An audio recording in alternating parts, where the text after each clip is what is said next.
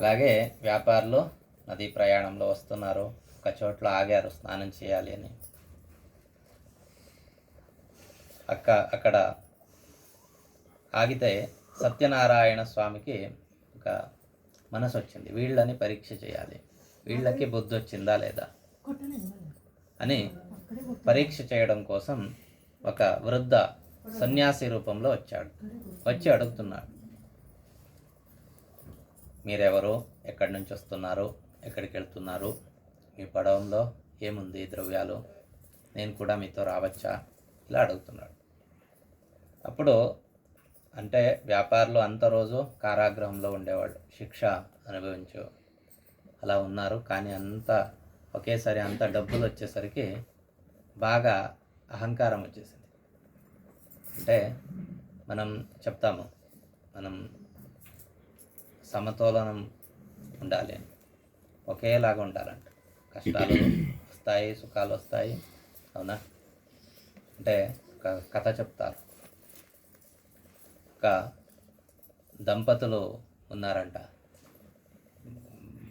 బాగా పేద దంపతులు, ఏమీ లేదు వాళ్ళ దగ్గర, తాగడానికి కూడా నీళ్లు తాగి బతికేవాళ్ళు. అలాంటిది ఒకరోజు శివపార్వతులు అదే చోట్లో వెళ్తుండేవాళ్ళు, వీళ్ళని పరీక్ష చేయాలి అని మనసు వస్తుంది. పార్వతి, వాళ్ళు ఏమీ ఇవ్వరు స్వామి, వాళ్ళ దగ్గర ఏమీ లేదు అని పార్వతి చెప్తుంది. లేదు, వాళ్ళు నా భక్తులు అని శివుడు వచ్చాడు. బాగా ఆయాసమైంది, ఏదైనా ఇస్తారా అని అడిగాడు శివుడు. వాళ్ళ దగ్గర ఏమీ లేదు, మిర్చి ఉంటుంది కదా, అదే కలిపి పానకంలా చేసి ఇచ్చాడు. కారం అవుతుంది, అవునా? తాగాడు శివుడు.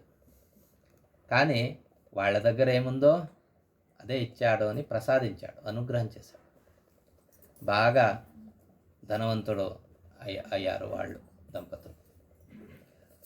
అలాగే కొంత సమయంలో నిజంగా ఆ రోజు శివపార్వతి వెళ్తున్నప్పుడు బాగా ఆయాసమైంది శివుడికి.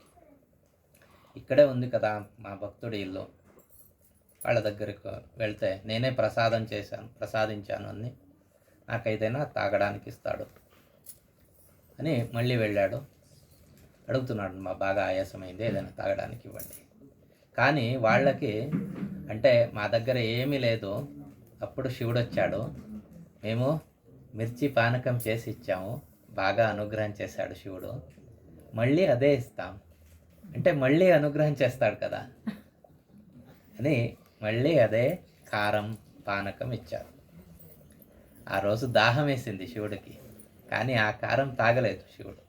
కొంచెం తాగి, నాకు దాహం వేస్తూ కూడా ఇదే ఇస్తావా నువ్వు, నీకు నేను ఏను అనుగ్రహించానో అవన్నీ మళ్ళీ తీసుకుంటా, మీరు అలాగే ఉండండి అని శాపం పెట్టేసి వెళ్ళిపోయాడు. ఇది అంటే వాళ్ళకి, వ్యాపారులకి అహంకారం వచ్చేసింది. అంత డబ్బులు వచ్చేసరికి వీడెవడు సన్యాసి, వీడికి ఎందుకు సమాధానం చెప్పాలి, వీళ్ళని మళ్ళీ తీసుకొని వెళ్ళాలా మేము, చెప్తున్నారు మా పడవంలో ఏమీ లేదు స్వామి, అన్ని చెత్తలు ఆకుల్ని వేసుకొని వెళ్తున్నాము అని అబద్ధం చెప్తున్నారు. ఆ మాట విని ఆ సన్యాసి తథాస్తు అని చెప్పాడు. తథాస్తు అంటే అలాగే అవ్వాలి, అవునా? తథాస్తు అని చెప్పి ఒక పెద్ద రాయి మీద వచ్చి కూర్చున్నాడు. వ్యాపారులు స్నానం అన్నీ చేసుకొని పడవ మెక్కి చూస్తే అక్కడ రాజు ఏమిచ్చాడో డబ్బులు ద్రవ్యాలు ఏమీ కనపడలేదు, అన్ని చెత్తలు ఆకులుగా కనిపిస్తుంది. బుద్ధి వచ్చింది, సన్యాసి శాపం ఇచ్చాడు అని భావించి సన్యాసి దగ్గరకు వచ్చి ప్రార్థన చేసి ప్రదక్షిణ అన్ని నమస్కారాలు దండం పెడుతున్నారు. అప్పుడు తన నిజస్వరూపాన్ని చూపించాడు సత్యనారాయణ స్వామి. తెలిసింది వీళ్ళకి, వచ్చింది సామాన్య సన్యాసి కాదు, భగవంతుడే వచ్చాడు. మళ్ళీ ప్రార్థన చేస్తున్నారు. వాళ్ళ ప్రార్థనని మన్నించి వాళ్ళ ద్రవ్యాలన్నీ ఇచ్చేసి వెళ్ళిపోయాడు భగవంతుడు. అదే చోట్లో సత్యనారాయణ పూజ చేశారంట వ్యాపారులు. ఒక దూతుడిని పంపించారు, ఇంటికి వెళ్ళి చెప్పు మేము వస్తున్నాము అని, అన్ని తయారు చేసుకోవాలి కదా స్వాగతానికి. ఆ దూతుడు వచ్చి చెప్తున్నాడు. ఆ రోజు కూడా కళావతి లీలావతి సత్యనారాయణ పూజ చేస్తున్నారు. పూజ చేసే సమయంలో మంచి వార్త వచ్చేసింది, వ్యాపారులు వస్తున్నారు.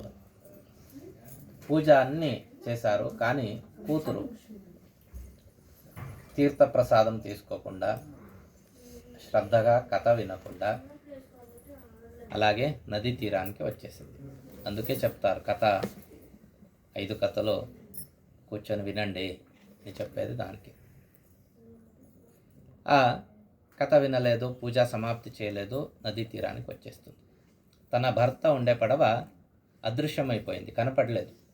బాగా దుఃఖం వేసి తన ప్రాణ త్యాగం చేయాలి అని సంకల్పం చేస్తుంది. అప్పుడు కూతురి స్థితిని చూసుకొని వ్యాపారి దండం పెడుతున్నాడు, నదికి ప్రార్థన చేస్తున్నాడు.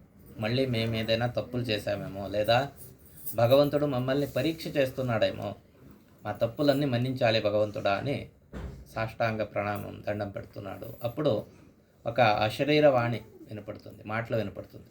నీ కూతురు సరిగ్గా పూజ చేయకుండా వచ్చింది, అశ్రద్ధగా పూజ చేసి వచ్చింది.